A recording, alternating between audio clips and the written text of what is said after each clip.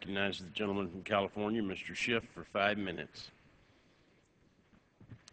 Mr. Speaker, in the waning months of the Clinton administration, Jason Seligman, a government economist, produced a memo for the White House that speculated on what the effects would be if the United States paid off its national debt by 2012, as many were predicting at the time. The memo, which was obtained by NPR under Freedom of Information Act, was never released publicly, and the events of the intervening years have rendered it nothing more than historical curiosity. But its mere existence is both a stark reminder of what might have been and an acknowledgement that the great majority of the current debt was built up during the last administration. In late 2000, no one could have foreseen the 9/11 attacks or the wars that would follow. These certainly contributed to the red ink, but profligacy, poor strategic choices, and political positioning are the real drivers of our burgeoning budget, which was under $6 trillion at the time of President Clinton leaving office, but is now nearly $15 trillion. And in a real estate bubble fueled by too easy credit and an economy that was no longer focused on creating and making things here in America, this comes into even more clear focus. In 1 week, the bicameral supercommittee is due to present its plan to Congress to rein in our out-of-control finances and restore responsible stewardship of our economy that prevailed at the end of the Clinton administration, when government ran surpluses for 4 straight years. A mere month after the supercommittee presents its plan, just before Christmas, we will either bless its work or face the real prospect of painful across-the-board cuts beginning in 2013. I have long supported a realistic approach and urged the supercommittee to go big and consider the full range of government spending in making cuts. However, I also know that we cannot put our fiscal house in order solely through spending cuts, and that the government is going to have to find a way to increase the revenue flowing into the federal treasury.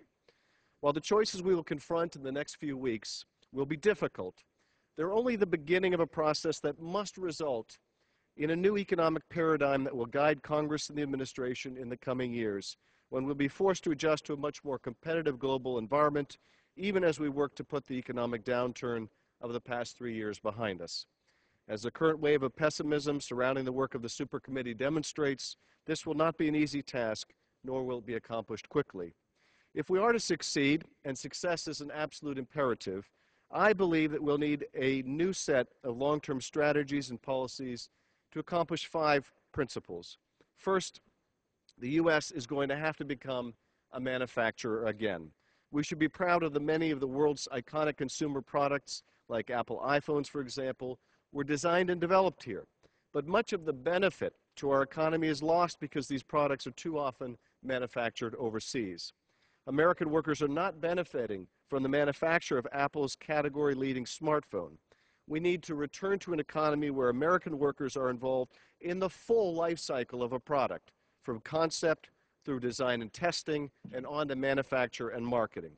To do that, I believe that we need to inject some certainty into our corporate tax structure, as well as creating a regulatory structure that protects workers, consumers, and the environment, but not in a way that is arbitrary or capricious. Second, we need to ensure that small business remains the catalyst for the American economy. Capitalism, by its very nature, is highly competitive, and most new businesses fail. While government cannot change that central truth about a market economy, we can foster a climate that makes it easier to succeed by ensuring access to capital, targeted tax incentives, by creating a supportive infrastructure, and devising a regulatory framework that offers American business the best chance of success. Third, we're in a global war for talent, and we must reorient our immigration structure to attract the most promising people from around the world. It is no longer a given that a young Indian or Chinese entrepreneur will want to move to the U.S. if given the chance. Combined with a disquieting trend that American universities are not producing enough homegrown talent in science, technology, engineering, and mathematics, we face a daunting challenge. In coming days, I'll be introducing legislation that'll make it easier for foreign-born graduates in select STEM fields to stay in this country by starting a new business here and hiring American workers.